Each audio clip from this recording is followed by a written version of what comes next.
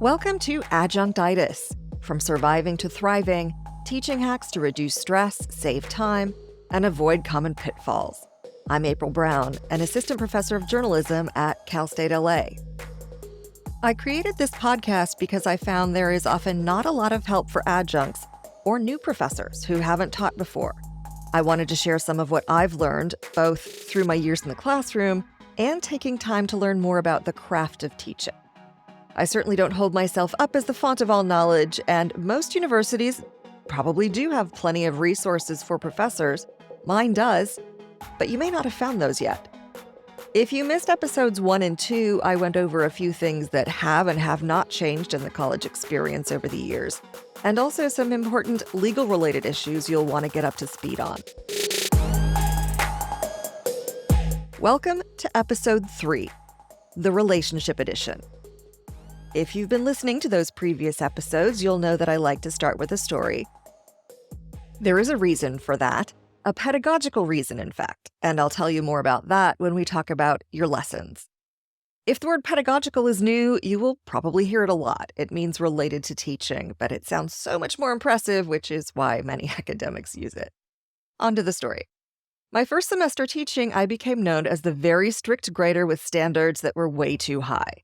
And I was adamant my grading standards were not going to become any easier. So one day I was talking with a colleague who had been teaching for a few years, and she said, "Give it a year or two, your standards will come down." I refused to believe it, but she was right. But perhaps not for the reasons you think. In journalism, nuance and deadlines are very important, and I've been doing this work for decades.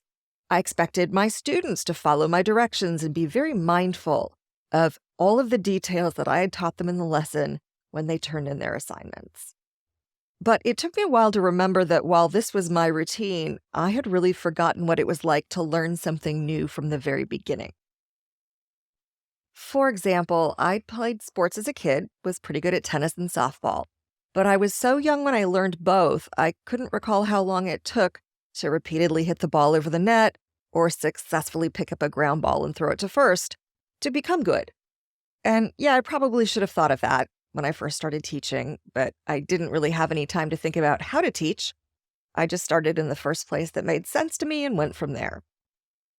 At that point, once I realized that I needed to think about teaching differently, starting from the beginning, I wanted to build relationships with my students so that I could show them that I understood. Preparing students to get out of their comfort zone and learn how to fail and try again is how we get good at something. We don't like to talk about the failing, but it's an important part of learning. This is much more realistic for professors now that we're no longer considered rarefied, removed, and so formal. But many students are still intimidated by us, and getting to know them on a personal level can break down barriers. But it is not easy, and of course there are many ways to go about it. It often starts with just introducing ourselves to each other, everyone in the class, not to mention having them try new things. And of course, this takes time. And depending on your area of expertise, you may want to approach it a certain way. At the beginning of the semester, I've tried a couple of getting to know you things. 2 truths and a lie, which they've all played before. Also, a little bit of sharing. Tell us why you're in the class, what you hope to learn, and maybe something unusual about yourself. But I actually start one of my lower level classes with something that shows me being a bit vulnerable.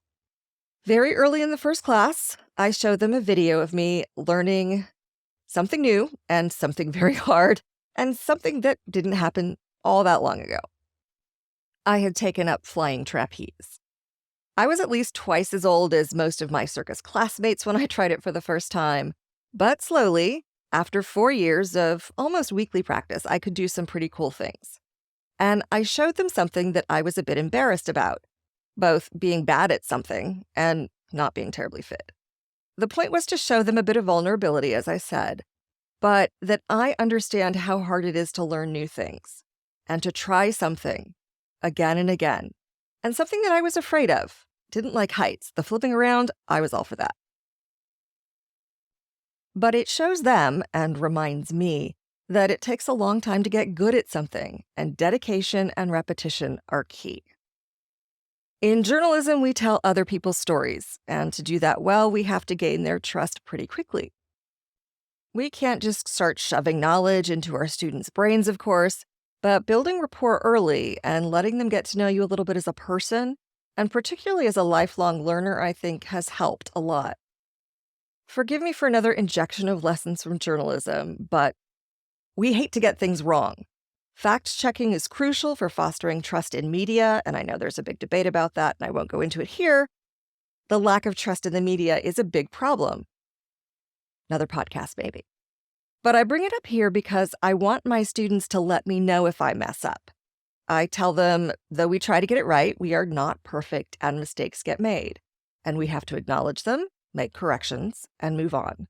So I actually give my students bonus points if they find an error I've made in a lesson or somewhere else.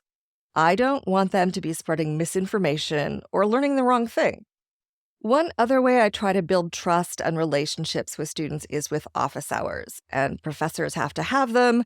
In my experience, students seldom come unless they are incentivized. I'm sure there's all sorts of reasons. Why should I? I'm busy. Professors are unapproachable. No one tells them that it's strategically smart to get to know us. So in my lower division courses, I offer some participation points to show them that it's not painful and that I'm here to answer questions if they need it. I currently offer my office hours online because they're often on days that I don't teach on campus, so I can do it from home. But if I know I'll be on campus, I'll offer them the option of virtual or in person. I have an online calendar where they can make office hours appointments to reserve their spot, but if nobody does, it's first come, first served. We have access to Microsoft programs, and I've set up a way for them to register through the Bookings app. There are some things I'd change about it, but you could also use Google Forms, Calendly, and I'm sure there's lots of other tools out there as well. Since many of my students have a lot going on, if they can't make my posted office hours, I will try to work something out. If you're an adjunct and have a real job on the side, it might be harder. Your school probably has a policy about how many office hours you should hold each week, and that is something you'll want to find out. For students coming in for the first time, they sometimes have a frightened, blank look on their face, and I give them a warm welcome and tell them I'm glad they showed up, and I explain why it's a good idea to get to know their professors. I also, if we're in person, happen to keep water and snacks in my office. I find that students may miss meals or just be hungry or tired or thirsty, so if we're meeting in person, I'll offer those things. Basically, I tell them that no stress, just want to get to know them a little better and find out how I can help them do more in my class. If a student does come to you with an issue you can't solve quickly or something more serious, I would recommend documenting what happened in your meeting right away. Contemporaneous notes are great for courtrooms, and it can't hurt when it comes to dealing with difficult issues. You may also just want to keep an office hours notes list, date, time, with whom you met, and some detail that you think might be helpful if they might be following up with you. And this is really important if you have a feeling in your gut that something might end up being a bigger deal. Listen to it. Go with your gut. But take notes. At this point, I'd like to say that although a lot of what I'm going to address in this podcast is designed to help you prevent problems, I'd really hate to give you the impression that teaching is all about dealing with problems. It's intrinsically rewarding. I wouldn't be doing it if I didn't enjoy it and find it worthwhile. I love seeing the light bulb go off when a student gets a concept, and it is an amazing feeling when your former students contact you after they've graduated and they tell you something you taught them has been really important in what they're doing. That's all for this episode of Adjunctitis. You can find a link to some of the things I've mentioned, some of those calendar apps, and my trapeze journey on video. Go to our website under episode 3, adjunctitis.com, adjunctitis.com. If you have questions or issues you'd like me to address, please send them to questions@adjunctitis.com. Join our conversation on social. Right now we're at Adjunctitis on Threads, TikTok, Instagram, and YouTube.